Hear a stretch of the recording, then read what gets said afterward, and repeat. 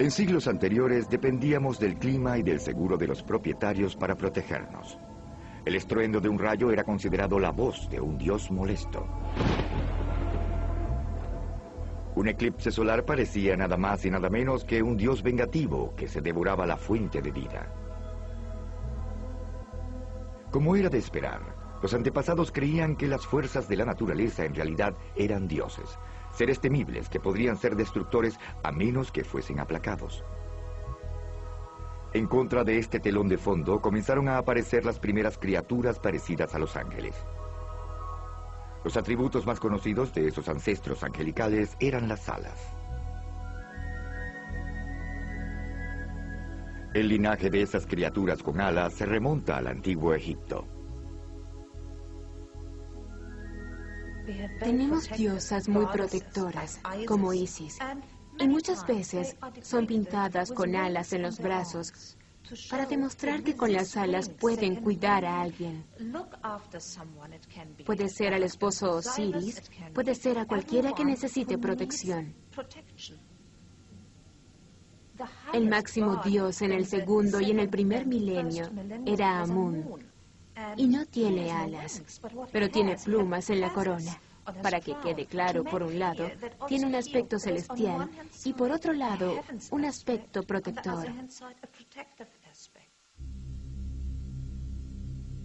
Las alas también era un elemento central en el arte funerario, indicando que la protección divina continuaba después de la muerte. El poder protector de los seres sobrenaturales con alas también puede encontrarse entre el reino que surgió en Mesopotamia alrededor del 900 a.C. Esta región situada entre los ríos Tigris y Éufrates es llamada generalmente la cuna de la civilización. Está donde se encuentra Irak en la actualidad. Antiguamente, unas estatuas gigantes de espíritus protectores y que tenían alas conocidos como querubs cuidaban las entradas de los templos y palacios. El querub es un ser divino mesopotámico que servía de intermediario entre los dioses propiamente dichos y los seres humanos, y era una especie de mensajero o guardián, más que un ser feroz. Tenían la característica de los seres que los estudiosos alemanes llaman Mischwesen, seres mezclados, en parte ave, en parte hombre, en parte león, en parte hombre. Los elementos visuales más conocidos, o la iconografía de los ángeles, procede de las tradiciones greco-romanas, que dominaron el mundo mediterráneo por casi 12 siglos. Fue en esa época en la que las alas fueron el sello de los dioses mensajeros griegos y romanos, Mercurio y Hermes. Quizá Hermes es el gran prototipo de una figura divina cuya función era transmitir mensajes entre dioses y mortales. Y, por supuesto, las alas eran muy útiles para entregar las noticias a tiempo, por así decirlo.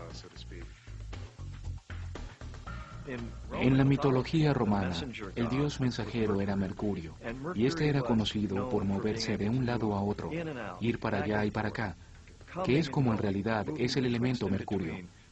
Si han visto Mercurio de cerca, se mueve, se desplaza. Si tratas de atraparlo, no puede tomarse, y es el aspecto central del fenómeno de los ángeles. La manera en cómo se escurre entre los corredores de lo que nuestra realidad nos dice, lo que es posible y lo que no lo es.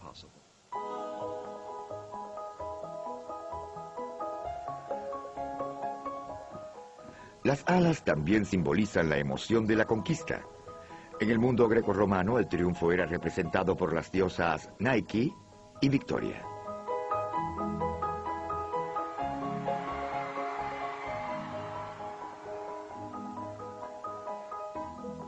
El panteón grecorromano también incluía dioses menores como Cupido y sus primos los Erotes. Mediante ellos, los placeres del amor, de la música, el vino y el jolgorio eran añadidos a los significados evocados por las alas.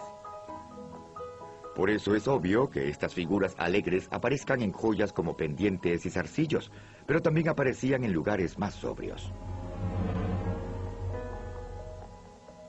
Este sarcófago romano del siglo III a.C. presenta un coro de ángeles Erotes y Victoria.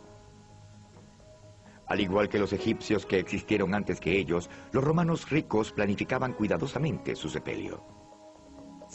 Tenían una idea fuera de la magia, esa magia que nos protege.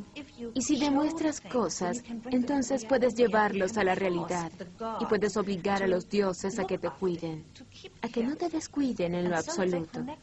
Entonces se relacionan con las diosas con alas, Erotes y Victoria. Quieren que triunfen por encima de la muerte. Las criaturas con alas de la religión greco-romana, como las de Egipto y de Mesopotamia, que existieron antes que ellas, no eran vistas intrínsecamente como buenas o malas. Si ves hacia Grecia o Roma, observas esfinges con alas, con un poco de peligro o de algo demoníaco. Pero algo que es peligroso o demoníaco puede ser, por otro lado, bueno, fuerte y protector. Desde su punto de vista, vieron que la mayoría de las cosas tiene dos lados. Sin embargo, la diferente identidad de lo bueno y lo malo que reconocemos hoy también estaba comenzando a tomar forma. Durante la época en que las creencias grecorromanas dominaban el mundo mediterráneo, el antiguo cercano oriente estaba dominado por Persia, que es Irán en la actualidad. En esos 12 siglos, todo lo que conocemos como civilización oriental, Atenas, Jerusalén, Roma, todo se tomaba en cuenta. En esa época había dos imperios mundiales. Estaban los romanos o los de Atenas por un lado y los persas por el otro lado. La religión de los antiguos persas, el zoroastrianismo, es practicada por menos de 200.000 seguidores. Pero nos suministran un vínculo crucial en la evolución del monoteísmo y sus ángeles. El profeta de esa antigua fe era Zaratustra, Zoroastro en griego. Él propuso la idea de un ser supremo meramente benevolente, Ahura Mazda. Generalmente era simbolizado por un hombre que salía de un círculo de alas. Ahura Mazda significa Señor Sabio. En contraste, había una fuerza totalmente maligna, un demonio en forma de serpiente conocido como Angra Mainyu o Ahriman. Zaratustra vio un dualismo cósmico, en el cual el Dios bueno, el Dios creador, Ahura Mazda, es totalmente bueno, y su demoníaco oponente, que existía desde la eternidad, como así ocurrió, Angra Mainyu, significa espíritu temible y destructivo, es completamente malo. El zoroastrianismo propone que la lucha dual entre el bien y el mal terminará en una confrontación momentánea y final. La antigua fe también incluye un rango inferior de seres sobrenaturales llamados Yasatas. Pueden considerarse como los antecesores de los ángeles modernos.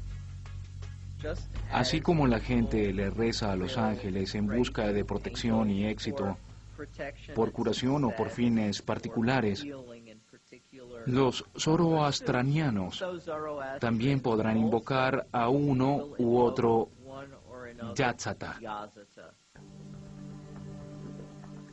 Generalmente pintan a los ángeles persas con un anillo que simboliza el Huarna, un poder que ayuda o protege. El Huarna también se simboliza por el emblema del ala de Ahura Mazda. El Huarna puede ser visto como un prototipo de ángeles porque tiene alas, y las alas son figuras sobresalientes de los ángeles. También es luminoso. Así podemos imaginárnoslo como algo resplandeciente y por supuesto esto es el origen del halo, que es una imagen zoroastriana. Los diferentes ángeles prototipos del zoroastrianismo, además del reconocimiento de las fuerzas del bien y del mal, sentaron las bases para el reino de los ángeles como los conocemos en la actualidad.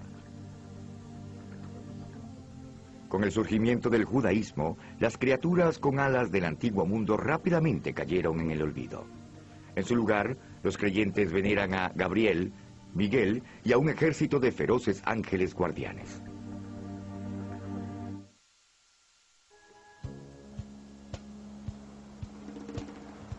En casi toda la historia humana, nuestros nerviosos antepasados se consolaban adorando múltiples dioses. Fue en los pequeños reinos de Israel y Judea en los que la gente puso su fe en las manos de un dios. Luego, conocidos como judíos, empezaron a escribir sobre sus creencias alrededor del 1000 a.C., 10 siglos antes del nacimiento de Jesús. La Biblia hebrea, o Tanaj, estaba compuesta por un período aproximadamente de 800 años, desde el 1000 hasta el 160 a.C. Los cristianos le dicen el Viejo Testamento. Aquí los ángeles que conocemos hoy hicieron su primera aparición. Los primeros ángeles que conocemos son los querubs, querubines en hebreo. En uno de los primeros capítulos del Génesis, Dios ubica a querubs en el jardín del Edén para que impida que Adán y Eva vuelvan luego de la expulsión.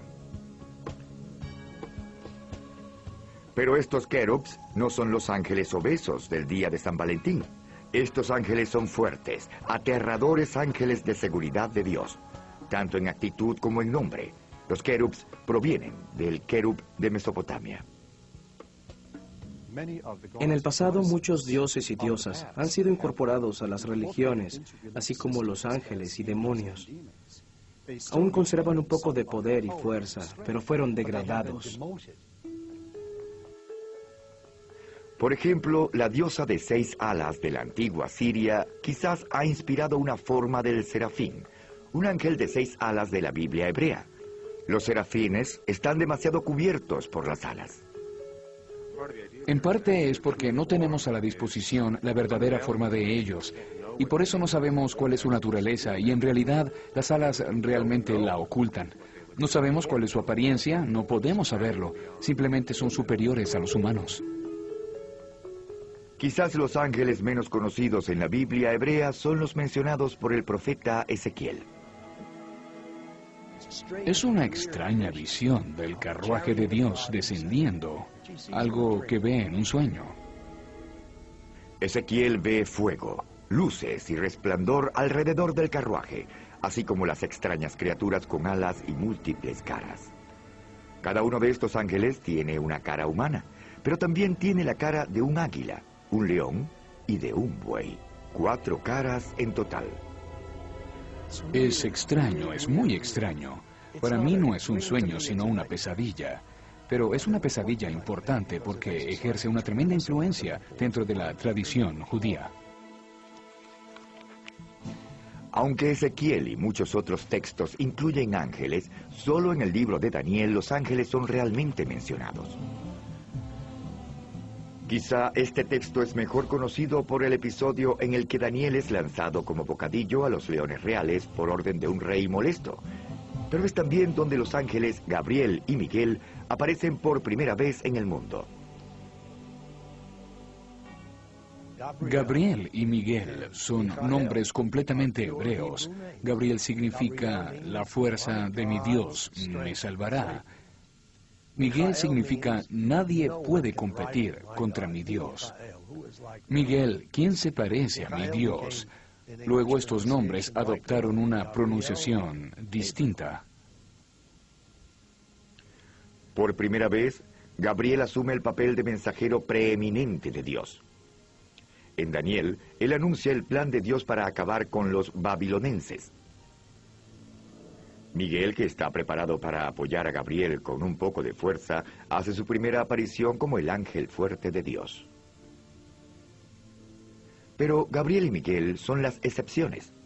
No hay más nombres de ángeles incluidos en la Biblia hebrea. Existe el deseo absoluto de mantener al ángel con una sola función. Una sola función. Es el mensajero de Dios, no es una entidad de él o de ella. Hay un gran peligro al comenzar a dar nombres y entidades a los ángeles, como si Dios necesitara ayuda, como si Dios necesitara a alguien que hiciera el trabajo por él. Se avanza hacia la pureza del monoteísmo, que es la creencia en un solo Dios. La idea central de un Dios supremo y único también determinó el punto de vista del demonio en la Biblia hebrea. No había ninguno. En hebreo no hay ningún equivalente para demonio y no hay ningún equivalente al concepto actual de Satanás, que significa ángel malo o el jefe de la tropa de los ángeles malos. Satanás, que está en toda la Biblia, se considera un enemigo de Dios. La palabra hebrea Satanás en realidad significa adversario, la descripción del empleo, no del nombre. En el Tanaj, Satanás pertenece al círculo interno de los ángeles. Es adversario de los seres humanos, no de Dios. Satanás parece una especie de abogado acusador en el cielo, que reúne evidencia en contra de un individuo como Job, por ejemplo, y luego le lleva las pruebas a Dios.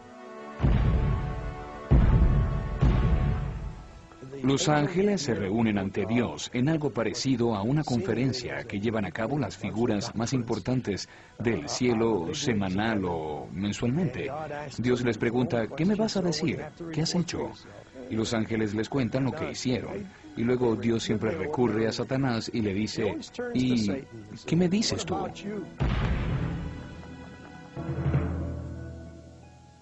En esas reuniones, Satanás pregunta sobre las creencias religiosas de Job. Luego Satanás prueba la fe de Job atormentándolo con enfermedades, fracasos en los negocios e incluso la muerte de su familia, todo sin el consentimiento de Dios. En realidad, Satanás era un adversario. Su papel era retar a las personas y probarlas. Y en ese papel trabaja a la par de Dios, para probar a la humanidad continuamente y asegurarse de que la gente esté en el camino correcto.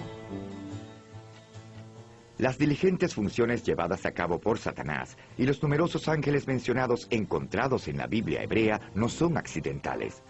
En el primer siglo después de Cristo, los líderes rabinos escogieron los libros que ahora encontramos en la Biblia. Excluyeron intencionalmente un gran número de textos judíos en los cuales los ángeles demoníacos y algunos de los llamados ángeles realizaban papeles llamativos.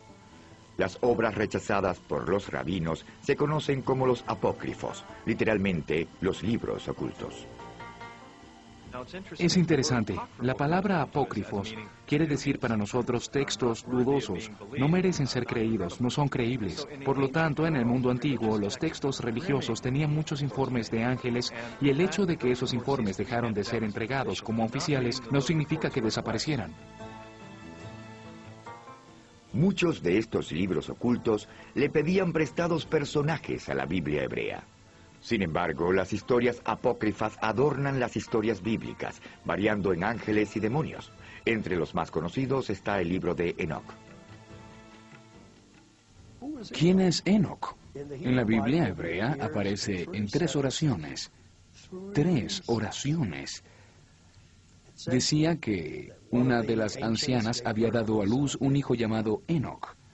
Y dice de la manera siguiente: Enoc vivió 365 años.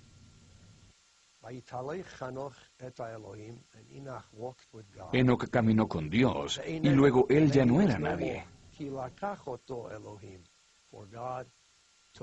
Dios se apoderó de él. Es un pasaje muy extraño. Aparte de esa pequeña referencia en el Génesis 5:24 que dice que Enoc fue llevado al cielo por Dios, una verdadera abundancia espectacular de literatura mística surge donde los ángeles juegan un papel muy importante. En el primer libro de Enoc, las mujeres terrenales llamaban la atención no esperada de los ángeles lujuriosos. Dios se molesta cuando esos ángeles husmean y seducen a las mujeres.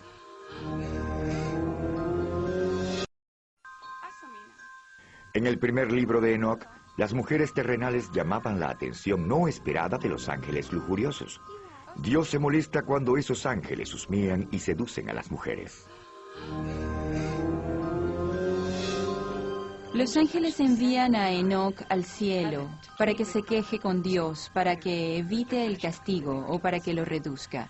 Dios, conociendo lo correcto que es Enoc, está sorprendido de que los ángeles tuviesen el chuspas de enviar al hombre correcto como su intermediario.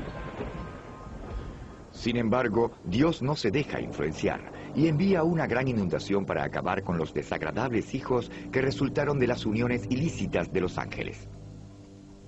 A pesar de eso, Dios aún está a favor de Enoc, que se transforma en Metatron, el superángel del mito y la leyenda judía.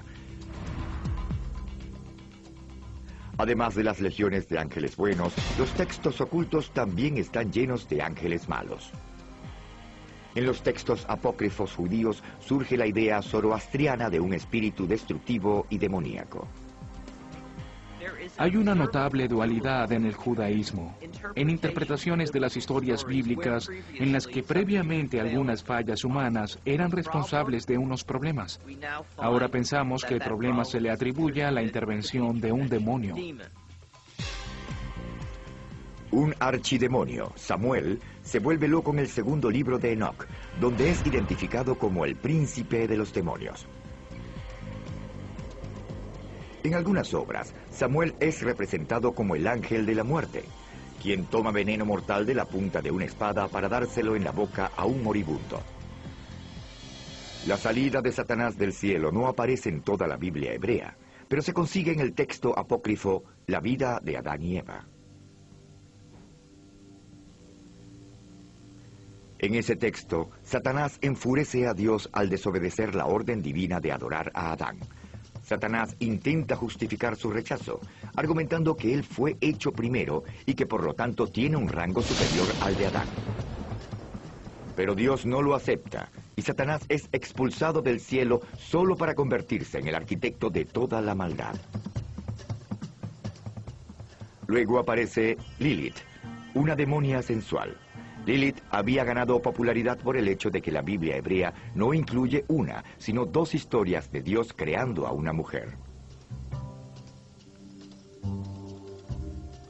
Según el primer capítulo del Génesis, Dios creó al hombre a su imagen y semejanza. Para citar, creó al hombre y a la mujer. En unos versículos posteriores, Dios le crea a Adán una mujer y la crea de una de sus costillas. La Biblia no revela ninguna razón para esa segunda historia. Pero los seres humanos siempre quieren saber más, sobre todo cuando se trata de relaciones, y la principal relación es la de Adán y Eva. Y entonces, ¿qué ocurrió? La explicación propuesta en muchos libros apócrifos es que Adán había tenido otra esposa anterior a Eva. Esa mujer era Lilith, que era una mala mujer, una mujer con pasado. Lilith era una divinidad cananita. Las historias sobre ella entraron en la tradición judía. No aparecen en el libro del Génesis, pero las conseguimos en los libros apócrifos de la Biblia y en el folclore hebreo. Con relación a aspectos sexuales, se rehusaba a obedecer a Adán, que le decía, así lo vamos a hacer. Y ella le contestaba, ¿es una orden? Yo soy tan criatura de Dios como tú. Ella era más lista y más poderosa que él. Generalmente a los hombres no les gusta eso en las mujeres y se van, pero ella maldijo a Eva, la nueva esposa de Adán, por celos. Según la historia, Lilith fue desterrada al océano que quedaba más lejos y que no podía conseguirse. Luego se convirtió en la madre de todos los demonios, mujeres, y se casó con Samuel. Entonces Samuel y Lilith forman la pareja sin gloria de la historia mística judía. Son ángeles muy, pero muy malos. Pero aun cuando muchos de los textos apócrifos estaban siendo escritos, una nueva secta de judaísmo era propagada por toda la Tierra Santa. Sus seguidores adoptaron el rico legado del judaísmo de los ángeles. Sin embargo, llevaron a esos ángeles por nuevas direcciones y siguieron su propio camino como cristianos.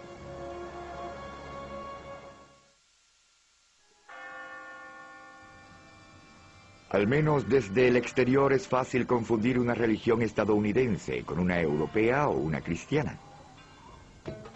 Pero en su nacimiento y en los años de formación, el cristianismo era una religión mediterránea. surgió en un vecindario mezclado de influencias judías, greco-romanas y zoroastrianas. Los ángeles cristianos reflejan esa mezcla. Cuando los seguidores de Jesús se alejaron del judaísmo para practicar lo que se convertiría en el cristianismo, se llevaron el Viejo Testamento y a los ángeles. Gabriel, el ángel mensajero del libro de Daniel, tiene el mismo papel en el Nuevo Testamento. Incluso Gabriel anuncia uno de los acontecimientos centrales del cristianismo. Según el Evangelio de San Lucas, es Gabriel quien informa a la Virgen María que será la madre de Jesús, el Hijo de Dios. El sorprendente encuentro entre el ángel Gabriel y la Virgen María es representado en numerosas pinturas. En algunas, María es pintada con un rostro de sorpresa, pero la mayoría de las veces es de rendición. La verdadera historia indica un enfrentamiento más enérgico entre los dos. María reta a Gabriel y le dice, ¿cómo puede ser posible si no conozco a ningún hombre? Básicamente, el ángel le informa algo que ella considera, al igual que lo haríamos nosotros, incomprensible, absolutamente impensable e imposible. Debido a la importancia de Gabriel para el cristianismo, quizás es sorprendente que también asuma un papel en la mitología griega. En esa mitología, el dios Hermes escoltó a las almas de los muertos al cielo. La idea es que la transición de esta vida al próximo mundo es un viaje peligroso. Y es comprensible que debido a los peligros del viaje, es muy importante que haya un guía angelical. Y en el cristianismo, esa es una tarea del ángel Gabriel. En esta escultura medieval, Gabriel baja del cielo hasta la Virgen María que reposa en su lecho de muerte. Luego él vuelve al cielo arrastrando su alma. Estas imágenes tienen sus raíces en la época antigua. Querías ser protegida por alguien cuando llegaras al punto más peligroso y difícil de tu vida, que es la muerte. Y era representado en todas las culturas, con criaturas con alas, con seres con alas. Y creo que era obvio que el cristianismo se apoderó de eso. Es obvio que los primeros cristianos también recurrieron a la Biblia hebrea, reinterpretando historias como la evocadora visión de los ángeles según Ezequiel. Este los describió como figuras humanas, pero con 4 rostros, uno humano, y los otros eran de un león, un buey y un águila. En esas 4 caras, los cristianos encontraron símbolos de los 4 escritores del Evangelio, Mateo, Marcos, Lucas y Juan. Los primeros teólogos cristianos también adoptaron libros apócrifos del judaísmo, a los que les dieron un estatus completo de textos canónicos y sagrados. El ejemplo más destacado es el libro de Tobías, con su personaje central, el arcángel Rafael. Rafael sirve como mentor y guía de Tobías, el hijo de Tobit, a quien le encomiendan una difícil tarea: esforzarse para encontrar un remedio para la ceguera de su padre. Lo interesante de ese libro es que demuestra no solo la intercesión momentánea de un ángel, sino también una relación actual entre un ser humano y su guía, su ángel. El texto también presenta a un villano, un ángel malvado y demoníaco llamado Ashmedai o Asmodes. En el libro de Tobit se destaca un demonio llamado Ashmedai. Ashmedai es una criatura zoroastriana. De hecho, es una encarnación Angra Mainyu, el demonio de la ira, porque es lo que reina entre los demonios. El vicio causado por el espíritu destructivo es la furia. De esta proviene todo lo demás. Los ángeles malos como Ashmedai y el destacado Satanás tienen otra función en el cristianismo, diferente a la que tenían en el judaísmo. A medida que el tiempo pasa, Satanás asume una función mucho más negativa y mucho más diabólica. Es pues cuando Satanás pasa de ser el abogado acusador del cielo a la fuerza del mal que actúa contra Dios. El Satanás cristiano es irremediablemente malo. En el Nuevo Testamento, Satanás es denunciado de principio a fin. El encuentro más importante entre Dios y Satanás está descrito en el libro del Apocalipsis.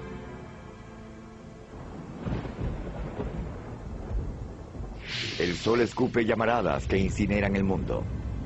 Terremotos acaban con las montañas desde el fondo y el cielo comienza a caer.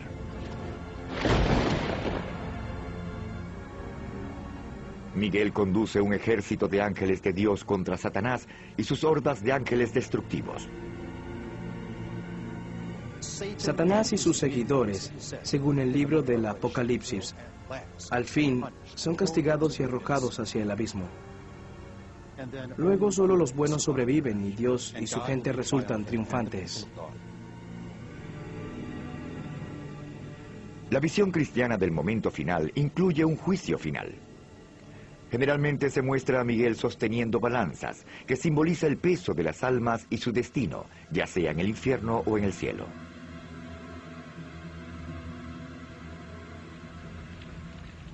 Durante siglos, los teólogos cristianos han escrito bastante sobre la naturaleza de los ángeles. Entre las obras que ejercieron más influencia estaba un texto del siglo IV, la jerarquía celestial. La jerarquía celestial es importante para nosotros porque establece detalladamente 9 clases de ángeles. Los cielos están divididos en 3 jerarquías y 3 niveles en cada jerarquía. Cada jerarquía tiene un nombre, un tipo de ángel con sus obligaciones específicas. Aunque ahora no están muy claras, estas categorías de ángeles o coros guiaron a la Iglesia durante miles de años, hasta el 1500. Algunos coros aún son familiares. Los serafines eran el rango más alto, el más cercano a Dios. Los más cercanos al mundo material, los ángeles comunes de todos los días, eran el rango más bajo. Era el grupo más apropiado para el contacto con los seres humanos. Los arcángeles, literalmente jefes, los ángeles más importantes, supervisaban a los ángeles inferiores. Según la leyenda, también servían como guardianes de algunas personalidades más importantes, como jefes de Estado o líderes religiosos. La jerarquía celestial menciona a 7 arcángeles. En el siglo VIII se eliminaron 4 de la lista porque aparecieron en obras apócrifas. Cuando los protestantes se separaron de la Iglesia en el año 1500, degradaron el libro de Tobías a los apócrifos y sacaron a Rafael de la lista. Actualmente Rafael y el libro de Tobías solo se consiguen en la versión católica del Viejo Testamento. Pero los ángeles y los demonios no eran exclusivos de los textos religiosos, también aparecieron en las obras literarias. Uno de los libros con más influencia, cuyo tema eran los ángeles, era El Paraíso Perdido, un poema épico escrito por John Milton a finales del 1600. El Paraíso Perdido está lleno de ángeles, buenos y malos. En realidad, Milton inventó la palabra pandemonio para el nombre de la capital del infierno. Las diversas representaciones de los ángeles en la literatura, la teología y sobre todo en el arte comparten un tema común. Los ángeles son indicadores, anunciando la presencia de Dios.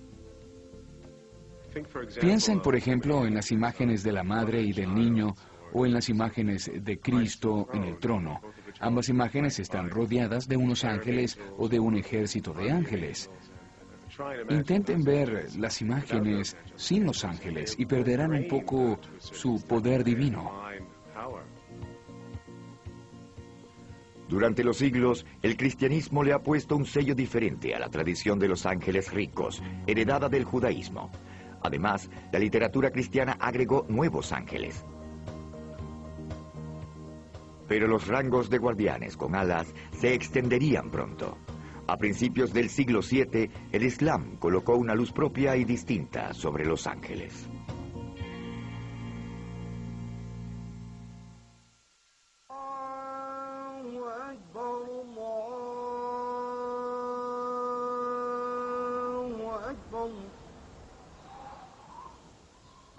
Hasta hace poco, la religión de 1 millardo de musulmanes era un misterio para la mayoría de los estadounidenses.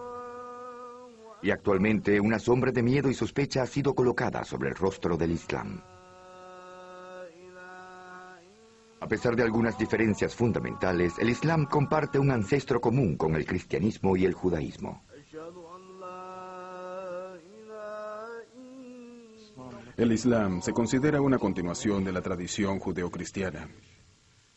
Cuando lees sobre el Corán, hay constantes referencias a la Biblia hebrea y al Nuevo Testamento.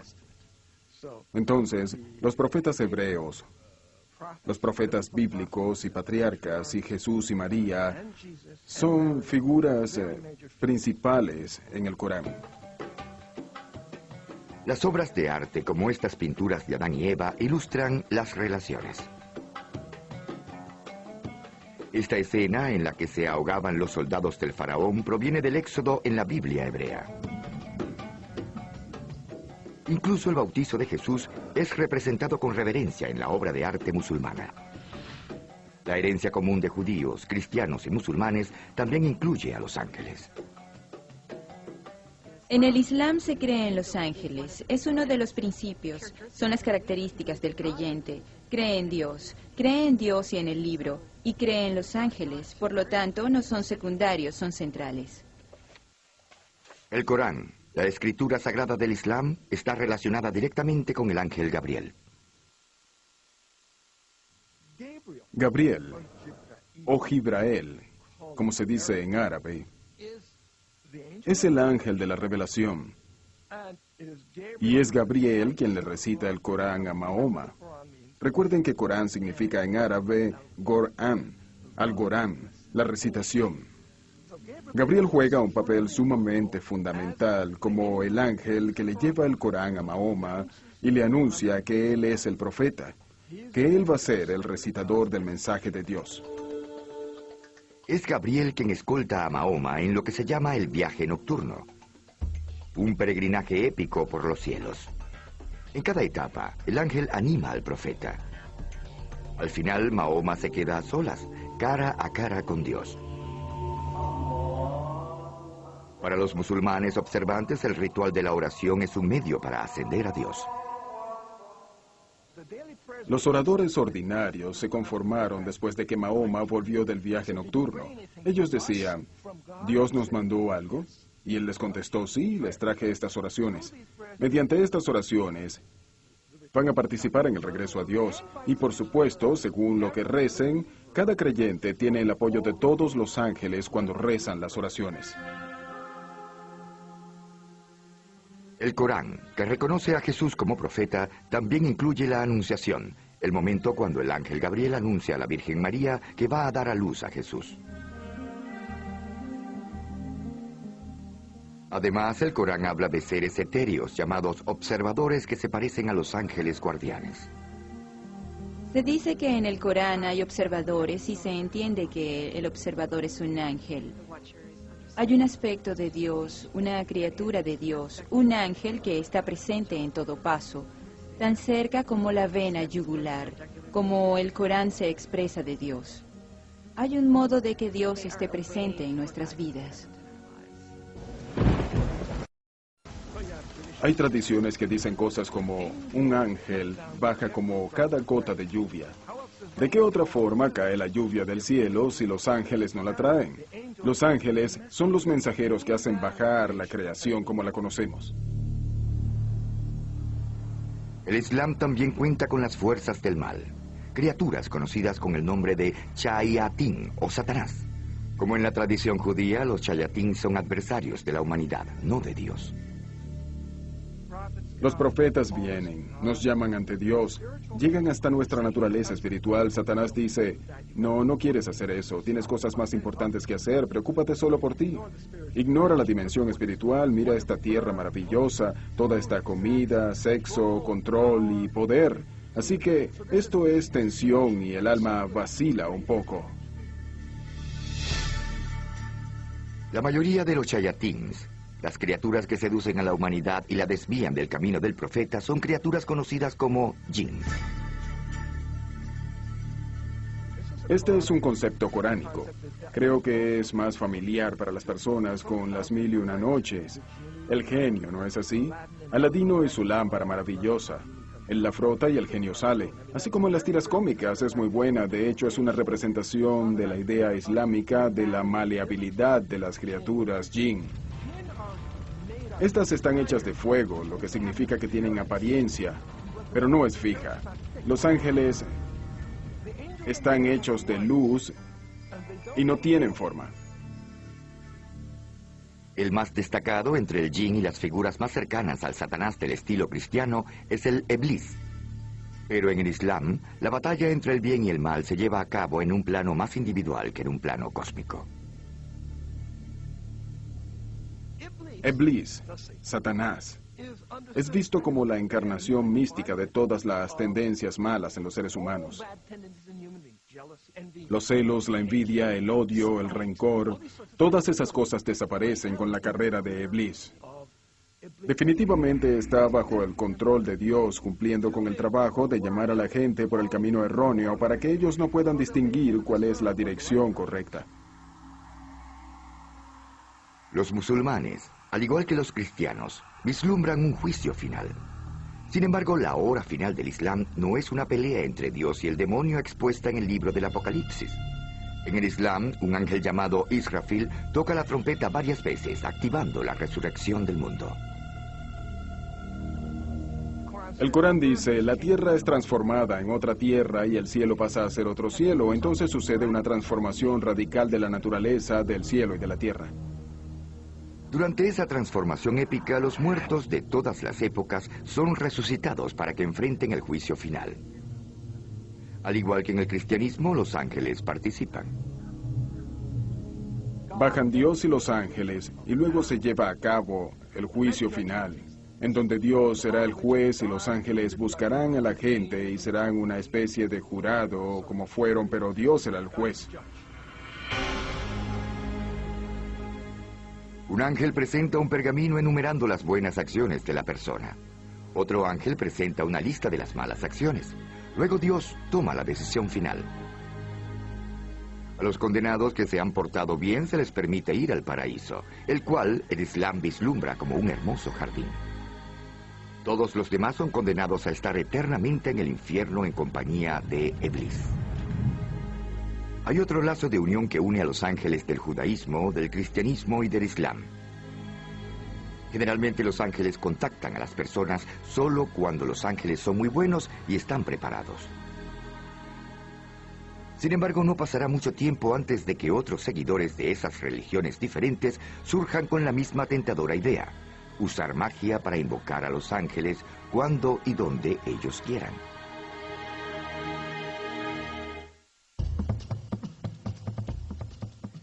Era algo inevitable. Sabiendo que había ángeles y sus poderes estaban por doquier, alguien estaba a punto de preparar una fórmula mágica para contactarlos directamente. Muchos de los hechizos mágicos y encantamientos que evocan a los ángeles tienen sus raíces en historias de los libros apócrifos judíos, llamados libros ocultos. Uno de ellos, el libro de Raziel, lleva su título por un ángel cuyo nombre significa secreto de Dios. Aunque el texto apareció por primera vez en la época medieval, la leyenda dice que se remonta a principios de la creación y hasta a la época de Adán. Según la tradición, esa leyenda mágica que poseemos hoy y que ha penetrado en muchos textos y rituales mágicos y en nuestras creencias sobre los ángeles, regresa al libro original, el único libro escrito totalmente en el cielo y entregado a Adán, el verdadero primer libro. Este contiene un alfabeto mágico para invocar a los ángeles y contiene muchos encantos para pedirle a los ángeles que realicen algunos experimentos mágicos. Algunos de los hechizos mágicos más populares provienen de una sorpresiva fuente: el rey Salomón, jefe de los hebreos durante 40 años en el siglo X a.C. Salomón es recordado incluso en la actualidad por su sabiduría. Según la leyenda, la gran sabiduría de Salomón le dio poderes sobre los demonios. Los secretos que él aprendió de esos seres sobrenaturales se reunieron en un texto llamado El Testamento de Salomón. Tanto los judíos como los cristianos utilizaron sus encantos. Se decía que varios textos mágicos habían sido escritos por Salomón y estaban circulando y siendo usados por gente que quería invocar a algunas presencias para que los ayudaran a encontrar objetos perdidos, tesoros enterrados, curar enfermedades, conceder bendiciones, hacer maldiciones y esas clases de hechizos. La mezcla de ángeles y magia fue aceptada por los seguidores de la iglesia cóptica, que es el cristianismo nativo de Egipto. Aunque creían en Dios, los cristianos de Egipto también estaban determinados por las religiones antiguas de los faraones. Tenían una larga tradición de más de 3000 años. Diferentes dioses y diosas se enfrentaban. Y de pronto, ya no tenían muchos dioses, ni locales ni personales. Entonces los ángeles eran una respuesta para ellos. El arcángel Miguel, la mano derecha de Dios en la guerra contra Satanás, es considerado uno de los ángeles más poderosos que puede ser invocado mediante la magia. Un texto cóptico llamado Alabanza al Arcángel Miguel incluye numerosos encantos y rituales para invocar al supremo ángel guardián. En el libro se encuentran 21 temas específicos de los que se puede encargar Miguel. Si tienes hijos que han muerto, si eres hombre y has tenido una experiencia de impotencia, si tienes una presencia demoníaca en tu vida, si tus animales no se están comportando bien, si tienes problemas con los negocios, Miguel puede bajar, puede quedarse a tu lado, acompañarte y cuidarte. Miguel puede ser tan fuerte y puede estar cerca de ti. Además está Gabriel, otro ángel invocado para hacer numerosos encantos. El Gabriel que aparece en esos textos es poderoso, extraordinario, con una personalidad más mundana. Tiene estrellas y características cósmicas alrededor de él. Hay cartas circulares porque el lenguaje de Gabriel es el lenguaje de las esferas, el lenguaje de los cielos. No es un Gabriel agradable con el que te sientas a tomar café. Ese ángel es un Gabriel cósmico. Otro texto cóptico, el libro mágico de María y los ángeles, invoca a 9 ángeles diferentes con nombres exóticos como Obiud, Garnabiud y Garnabiel. Algunas veces los nombres son locos e inusuales. No sabemos de dónde vienen, pero después de todo son criaturas locas e inusuales, por lo tanto, a veces tienen nombres espectaculares e inusuales, y por lo tanto están aquí. El texto por sí solo, escrito en el idioma cóptico antiguo de Egipto, invoca a los 9 ángeles en grupos de 3. Obiud, Garnabiud y Garnabiel. Los 3 ángeles guardianes que cuidan el cuerpo de Jesús, cuiden también mi cuerpo. Todas las necesidades y enfermedades que tenemos no pueden resolverse con los doctores y las enfermeras, los empleados y los banqueros y otros. Así que podemos recurrir a esos ángeles. Por lo tanto, tener a esos poderosos ángeles guardianes con nosotros es tener un dinamo de fuerza con nosotros y para convertirnos en un dinamo de fuerza. La tradición de invocar a los ángeles mediante la magia es compartida con el Islam, aunque sus escrituras no son tan bien conocidas como los textos cristianos. Sin embargo, parece que se está trabajando sobre los principios familiares. He visto muchos libros mágicos. Es cierto que generalmente parte de las fórmulas que dan para realizar ciertas cosas ayudan a encontrar esposo, a curar algunas enfermedades y a veces a invocar a ciertos ángeles. En la literatura mágica hay proliferación de los nombres angelicales. Cada uno de los nombres, mencionar a un ángel tiene una función específica en términos de curación o para hacer cualquier otra cosa. Mientras muchos hechizos buscan ayuda de los ángeles buenos, a veces se usa magia para rechazar a un ángel peligroso. Un ángel como Lilith, la chica mala del jardín del Edén. Según la leyenda, cuando Adán dejó a Lilith por Eva, Lilith juró que mataría a todos los descendientes de Adán y Eva. Durante muchos siglos, por cada infante que moría, se culpaba a Lilith. Para alejarla, se colocaban amuletos mágicos como este del libro de Raziel en la cuna del niño. Otros amuletos invocaban a 3 ángeles que defendían a Adán y a Eva de Lilith. El libro del ángel Raziel tiene dibujos de los 3 ángeles, dibujos diagramáticos. Sus nombres son Sinoi, San Sinoi, Samangluf. En el cristianismo bizantino, uno de ellos es llamado San Sisimios. Toda la idea se remonta a la antigua Mesopotamia, así que este es un caso donde las culturas se encuentran y adoptan seres angelicales de una cultura y otra para enfrentarse con un problema que forma parte de la vida real.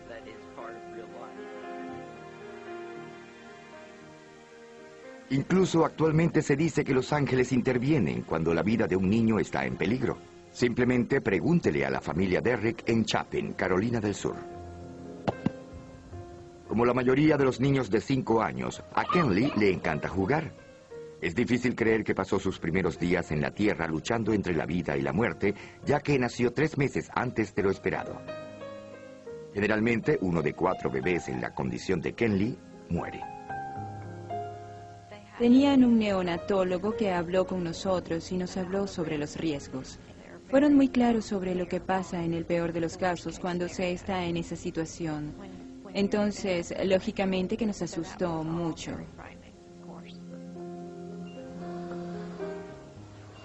Kenley pesó 900 gramos. Fue colocada en una incubadora a temperatura controlada y conectada a muchos monitores.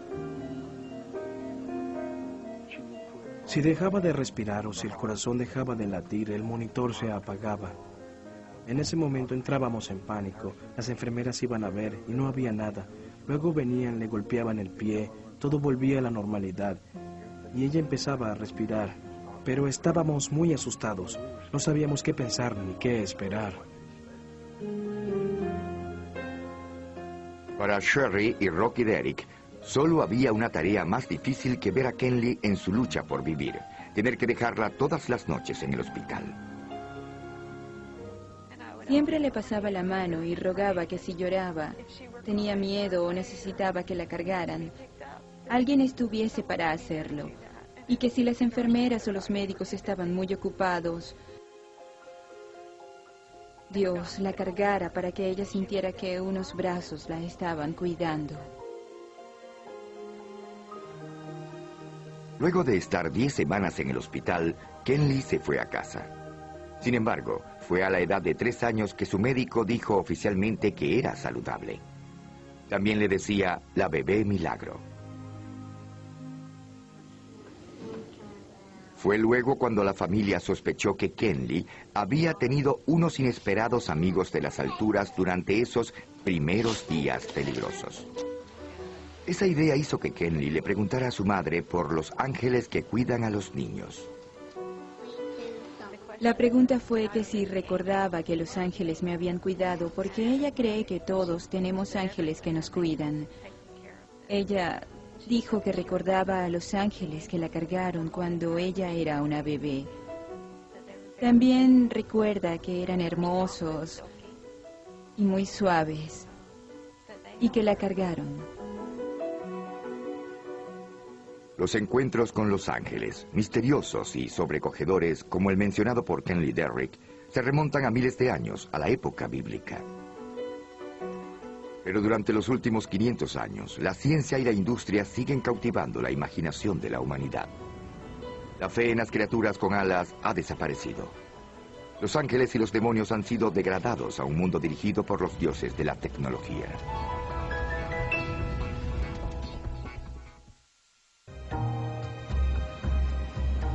Si los ángeles tuviesen tarjetas de presentación, quizás serían algo así. Se espantan demonios, deshágase de los demonios.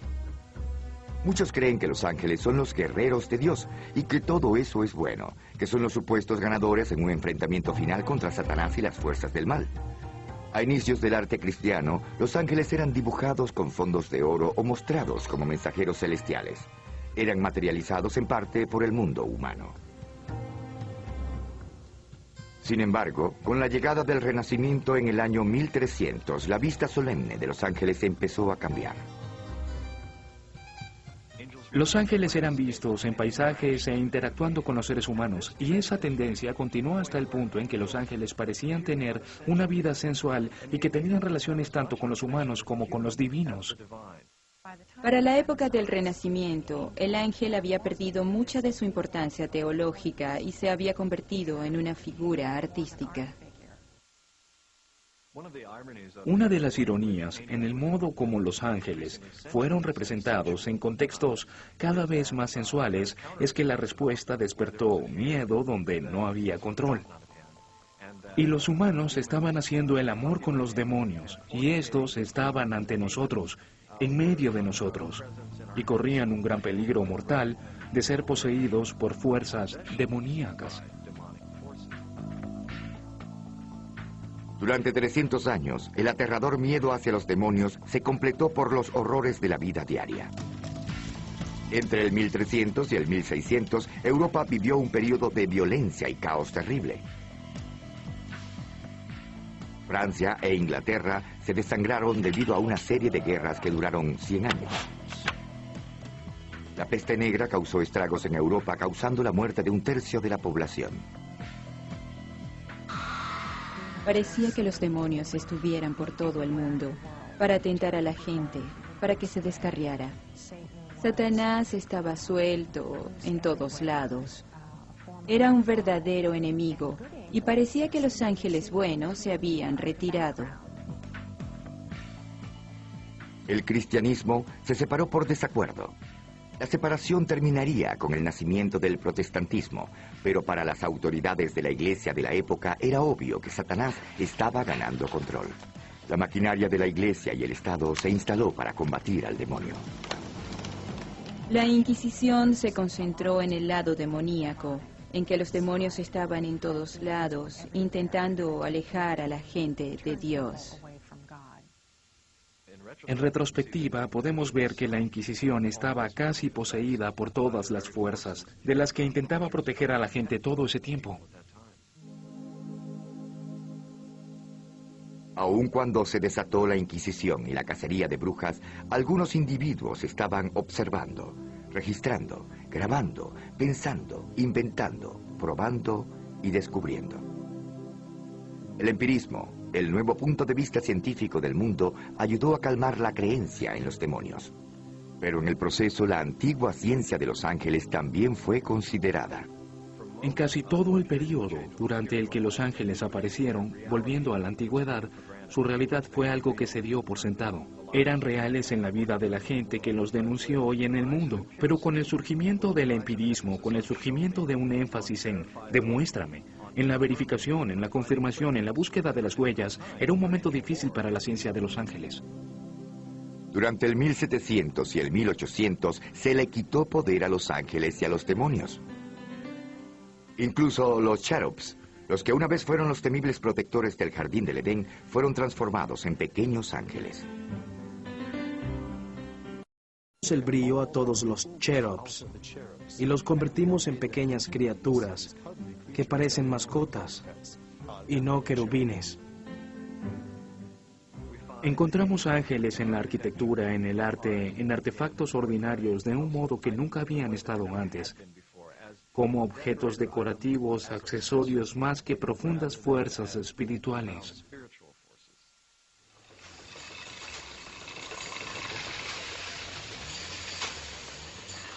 Con cada siglo que pasa, con cada avance científico o industrial, los ángeles fueron degradados y pasaron a ser irrelevantes. Cerca de la era victoriana, a finales del 1800, los ángeles eran un poco más que una postal que servía de distracción. De hecho, parece que el único propósito era encarnar la belleza más que ser divinos mensajeros o realizar algunas funciones celestiales. Incluso Lilith, el azota de los niños y de las temerosas madres durante 3000 años, se convirtió en una sensual supermodelo que llamaba la atención entre los artistas victorianos. En el siglo XX, las fuerzas demoníacas llegaron en forma de seres humanos y sus inventos. La ciencia y la tecnología demostraron ser tan eficaces como los agentes de la muerte y de la destrucción. Aún así, había episodios que parecía el trabajo de ángeles. Durante la Segunda Guerra Mundial, el cabo Dom Aquino sirvió en un ejército relacionado con un general, la tercera unidad de Patton. Sus lugares de esparcimiento estaban en una casa abandonada. Una noche, Aquino oyó que tocaron a la puerta. Abrí la puerta y había un capitán, tenía un casco en el brazo y era el diamante rojo de la 5ª Infantería y la Cruz Roja del Cuerpo Médico. Él dijo, quiero que salgas de esta casa, pero yo le dije, señor, este es mi lugar de esparcimiento, estoy descansando. Él dijo, no, es una orden inmediata, váyase. Entonces dije, ¿qué voy a hacer? Tenía que salir de allí. Aquino encontró otro lugar donde dormir. Al próximo día regresó al edificio. Subí y en el lugar donde estaba durmiendo había un gran agujero, el lugar estaba destruido. Un proyectil entró por la ventana. La noche anterior a esa, la artillería alemana había disparado contra las bases estadounidenses. Si Aquino hubiese dormido en otro lugar, ¿hubiese muerto instantáneamente? Cuando Aquino le contó a sus amigos sobre el incidente, notaron una obvia inconsistencia en la historia. El capitán era el enigma. Me dijeron que él estaba muy lejos, que la 5ª División estaba muy lejos, que no había ninguna 5ª División allí ni ningún capitán. No sé, pero eso fue lo que yo vi. ¿Es posible que un ángel llegara hasta la puerta de Aquino y se disfrazara de capitán oficial médico en la 5ª División de Infantería? Los ángeles hacen lo que sea para cumplir su objetivo. Creo que el ángel se vistió así para que Dom Aquino le creyera, tuviera fe en él. Y de hecho, él salió de la casa, así que el ángel hizo lo necesario. En la historia de Dom Aquino está un clásico ángel mensajero. La pregunta es de siempre, ante cualquier persona, ¿por qué los ángeles salvan a algunas personas y a otras no? De hecho, allí radica la paradoja de la fe. Lo que nos proporciona un encuentro con ángeles es la esperanza y la comodidad de que hay respuestas más completas y que nos serán reveladas algún día. Los soldados estadounidenses volvieron de la Segunda Guerra Mundial para crear un mundo de mucha prosperidad y maravilla tecnológica.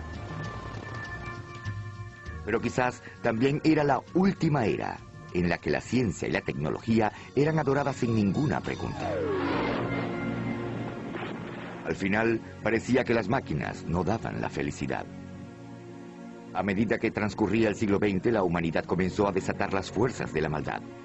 Luego de estar olvidados durante algunas décadas, finalmente los ángeles fueron necesitados otra vez en la Tierra.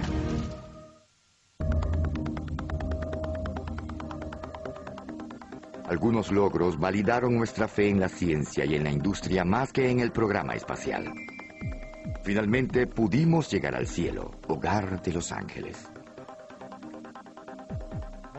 Una de las preguntas es, ¿qué papel podrían tener los ángeles o los demonios en un mundo científico? ¿Qué papel podrían tener los ángeles en un mundo en que hemos explorado los cielos y sabemos que los ángeles no parecen vivir aquí?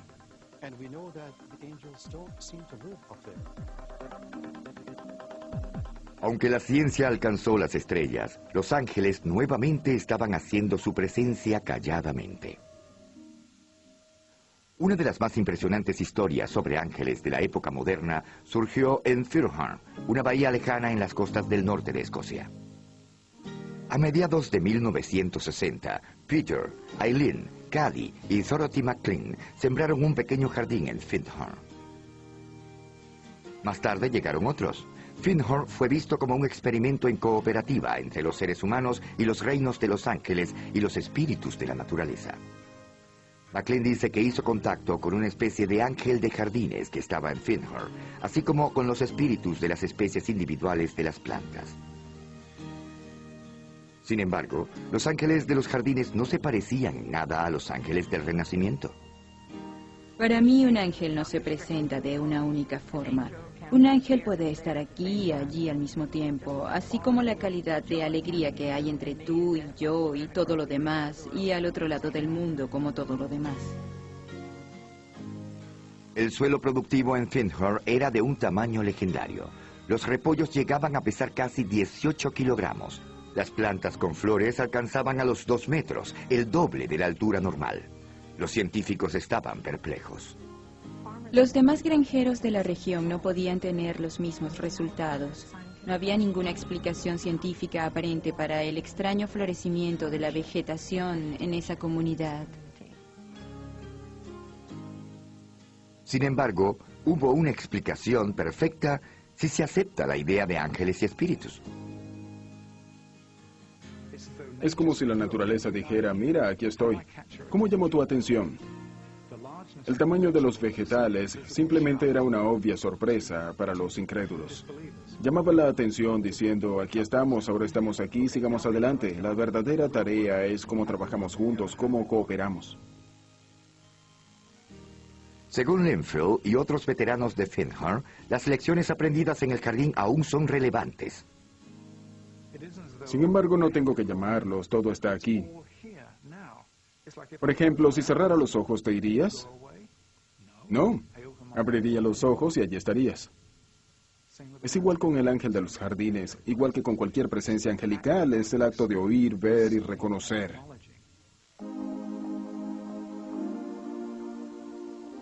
De hecho, en Nueva York hay un esfuerzo organizado para reconocer la presencia de los ángeles.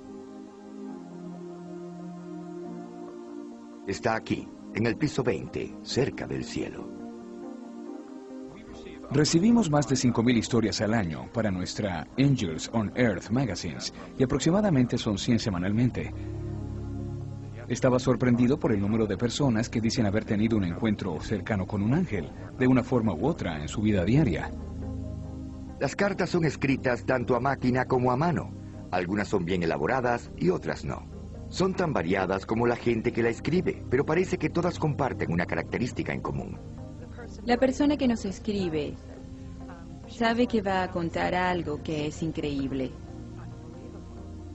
Automáticamente la gente sabe que debe probar que está cuerda cuando comienza a contarnos una historia sorprendente. Los ángeles pueden adoptar cualquier forma concebible que convenza al ojo humano. Se nos han presentado como ráfagas de viento, melodías musicales e incluso como destellos en una noche de verano. Una manifestación angelical es más variada de lo que se pueda imaginar. Había una joven mujer, una policía que estaba en medio de un terrible tiroteo.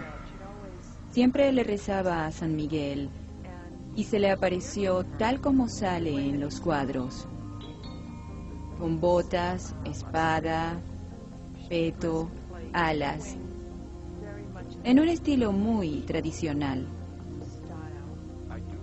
Recuerdo una historia que envió un lector. Estaba en su bicicleta e iba por un camino montañoso. Iba muy rápido. Vio hacia arriba y miró algo que le pareció ser un grupo de ángeles que lo estaban viendo. A pesar del predominio de los ángeles y las historias sobre encuentros con ángeles, algunos acontecimientos sugieren que la batalla entre el bien y el mal aún no termina. Muchos creen que el impulso angelical reside en cada uno de nosotros y que estamos en la línea defensiva frente al demonio.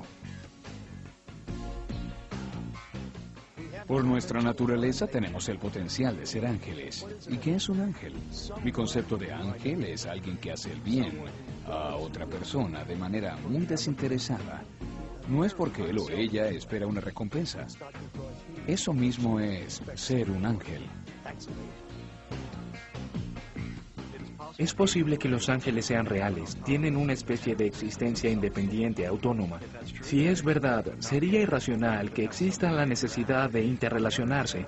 Quizá no sean reales y quizás el humano necesita una serie de proyecciones o una añoranza espiritual para no sentirse solo en el universo. Podrían ser las dos cosas. ¿En verdad existen los ángeles y los demonios? Y si es así, ¿cuál es su verdadero propósito? Sean reales o no, parece claro que estas criaturas fantásticas son algo más que simples mensajeros del cielo. Para muchos representan los mejores y los peores impulsos de la humanidad, una lucha actual entre el bien y el mal, una batalla que es librada diariamente en todo el mundo y dentro de cada individuo.